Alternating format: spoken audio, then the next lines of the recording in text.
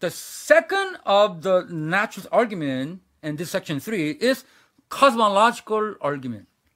Goal of the cosmological argument is to show that the universe has a beginning. Again, this argument focuses on whether the universe is eternal or has a beginning. If it is shown to have begun, then it necessarily suggests a causation, such as God. Okay, let's see argument in favor of an eternal universe. Now I'm going to cover this in chapter 6 as well. Carl Sagan, one of the prominent astronomers of the 20th century and the creator of Cosmos, a series that aired on PBS before 140 million viewers, once declared, quote, "The cosmos is all that is, or ever was, or ever will be." Again, the cosmos is all that is, or ever was, or ever will be. In other words, he believed in an eternal universe with no beginning. Note that Sagan simply assumed this without ever explaining how the universe is from everlasting to everlasting without any causation. How is Sagan's view any different from the Christians who believe in an eternal God by faith? In effect, Sagan's comment is a statement of faith, not based on some type of scientific data.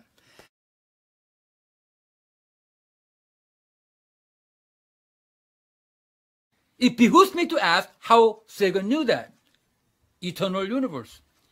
In truth, as Francis Schaeffer, the famed Christian philosopher, said, it was choice in faith to see things that way, since Sagan had no proof for his view.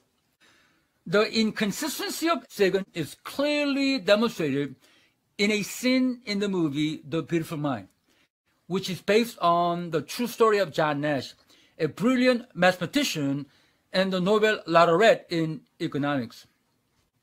Now, in this scene, Nash feels like he needs a concrete evidence of love before proposing to his girlfriend, Alicia. The following is the brief dialogue. So, he demanded from his girlfriend, give me proof of love. So his girlfriend, Alicia, says, well, John, how big is the universe? Nash, infinite. Alicia, well, how do you know that? Nash, well, because all the verifiable data indicate it. Alicia, have you seen it with your own eyes? Nash, after a pause, says, no, I simply believe it. Alicia, I guess that's how love works. The moral of this dialogue is that we believe countless things without proof or evidence, including the size of the universe. Sagan, instead of believing in God's existence based on implicit evidence found all around us, chose to believe instead in an eternal universe.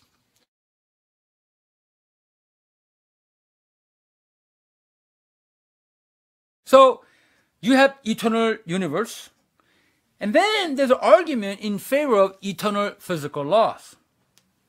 What is that? Recall what Stephen Hawking said in his A Brief History of Time. He said, it would be very difficult to explain why the universe should have begun in just this way, except as the act of a God who intended to create beings just like us. Well, that's a very good statement. However, this famed physicist changed his mind in his later work, The Grand Design 2010, saying, quote, because there is a law, physical law, because there is a law such as gravity, the universe can and will create itself from nothing. Spontaneous creation is the reason there is something rather than nothing. Why the universe exists, why we exist. So he took God out of this equation. Note that Hawking began his argument against God's existence with the existence of physical laws, like gravity, without ever explaining where they came from. But according to the aforementioned physicist, Paul Davies, and he said, this theory must still presuppose the concept of law, physical law, And one can still ask where those laws come from and how they attach themselves to universe in an eternal way. It is perfectly consistent to believe in a designer God.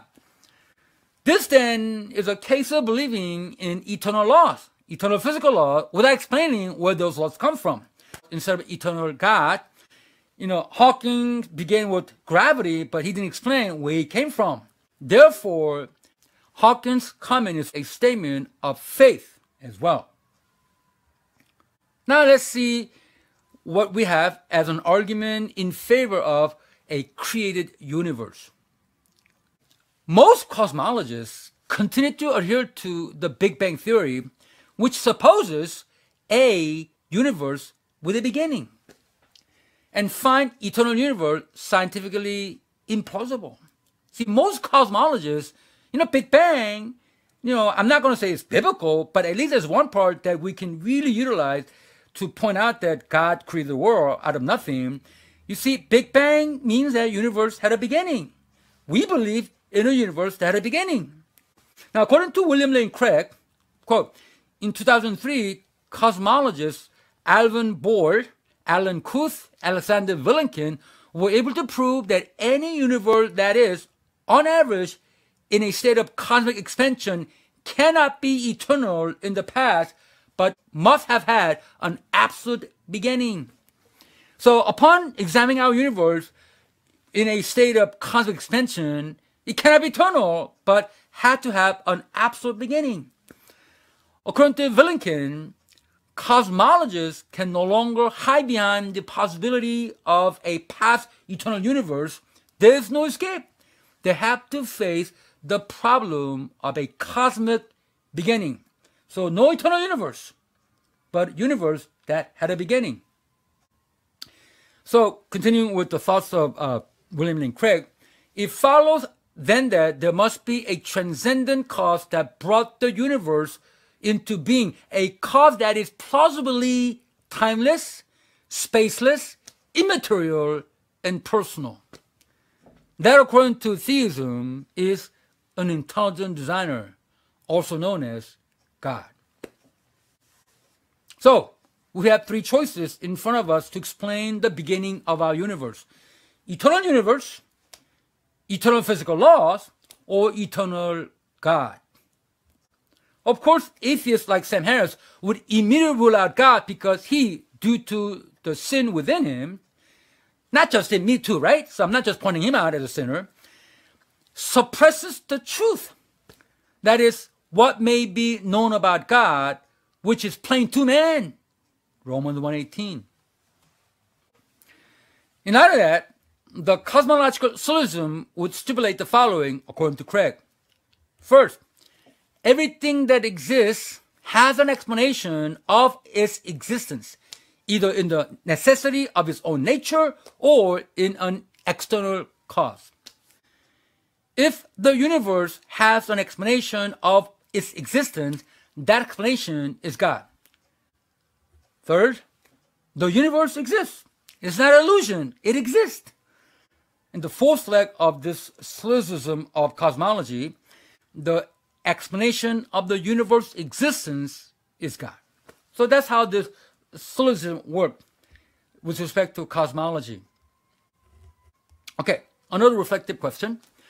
Now, before delving into the next section, consider this question. We all have seen pictures of great pyramids in the deserts of Egypt, right?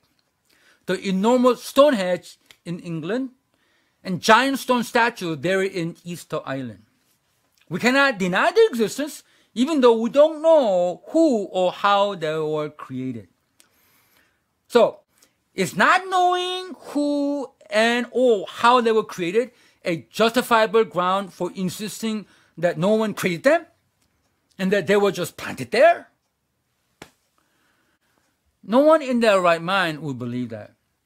These structures show unmistakable signs of having been designed, which obviously indicates that there's a designer. It also shows that they had a beginning. In other words, they are not eternal. The example reflects the truthfulness of cosmological arguments in favor of God's existence. The universe indicates that It had a beginning. It's not eternal.